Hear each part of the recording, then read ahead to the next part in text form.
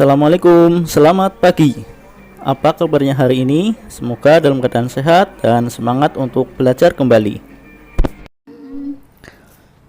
Ingat selalu untuk mematuhi protokol kesehatan 3M, memakai masker, menjaga jarak, dan mencuci tangan dengan sabun. Kali ini kita akan membahas mengenai pembentukan PPUPKI dan PPKI.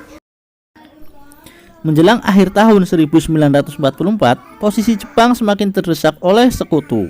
Kemudian pada tanggal 7 September 1944, Perdana Menteri Jenderal Kuniaki Koiso memberikan janji kemerdekaan kepada Indonesia dengan tujuan untuk mencari simpati dari Indonesia.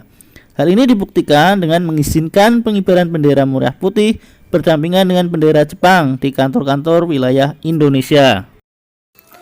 Pada tanggal 1 Maret 1945 dibentuklah Badan Penyelidik Usaha-Usaha Persiapan Kemerdekaan Indonesia atau BPUPKI yang terdiri dari 63 orang anggota dan diketuai oleh Dr. KRT Rajiman Widyo Diningrat.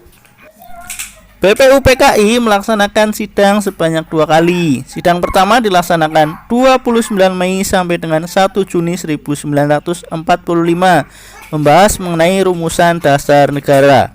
Sidang yang kedua dilaksanakan 10 sampai 17 Juli 1945 membahas mengenai rencana Undang-Undang Dasar.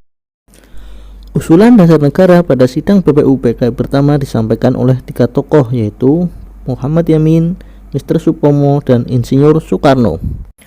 Muhammad Yamin menyampaikan usulan dasar negara pada tanggal 29 Mei 1945.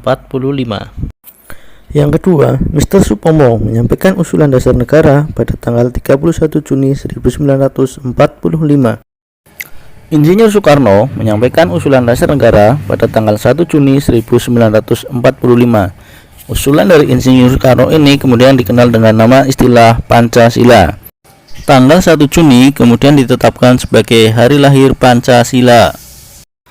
Sampai akhir masa sidang pertama BPUPKI selesai, belum ditemukan rumusan dasar negara yang benar-benar tepat, sehingga dibentuklah panitia kecil yang disebut Panitia 9, diketuai oleh Insinyur Soekarno.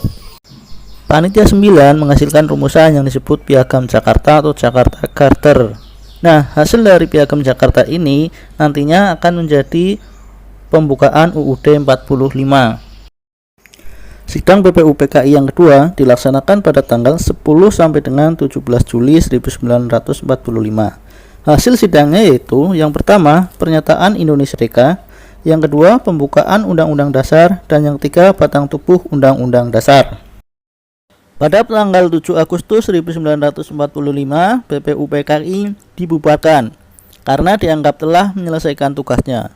Kemudian sebagai gantinya dibentuklah PPKI atau Panitia Persiapan Kemerdekaan Indonesia. PPKI beranggotakan 27 orang yang diketuai oleh Insinyur Soekarno, Muhammad Hatta sebagai wakilnya, dan sebagai penasehat Mr. Ahmad Subarjo. Tugas utama dari PPKI adalah mempersiapkan segala keperluan berkaitan dengan perpindahan kekuasaan dari pihak Jepang kepada bangsa Indonesia.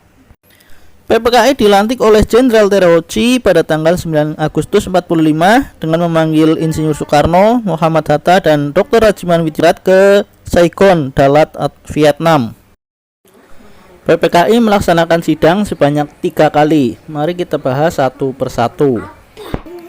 Sidang PPKI pertama dilaksanakan pada tanggal 18 Agustus 1945. Hasil sidang pertama yaitu mengesahkan Undang-Undang Dasar 1945. Yang kedua, memilih Insinyur Soekarno sebagai Presiden pertama Republik Indonesia dan Muhammad Hatta sebagai Wakil Presiden.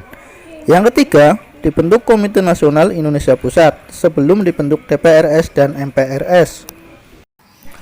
Sidang PPKI yang kedua dilaksanakan 19 Agustus 1945. Hasilnya yang pertama yaitu membagi wilayah Indonesia atas 8 provinsi yang terdiri atas Sumatera, Jawa Barat, Jawa Tengah, Jawa Timur, Sunda Kecil, Maluku, Sulawesi, dan Kalimantan.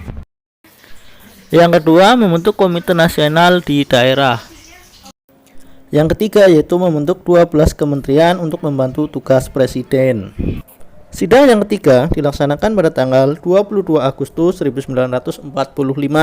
Hasilnya yang pertama membentuk Partai Nasional Indonesia, kemudian pembentukan Badan Keamanan Rakyat, dan pembentukan Komite Nasional.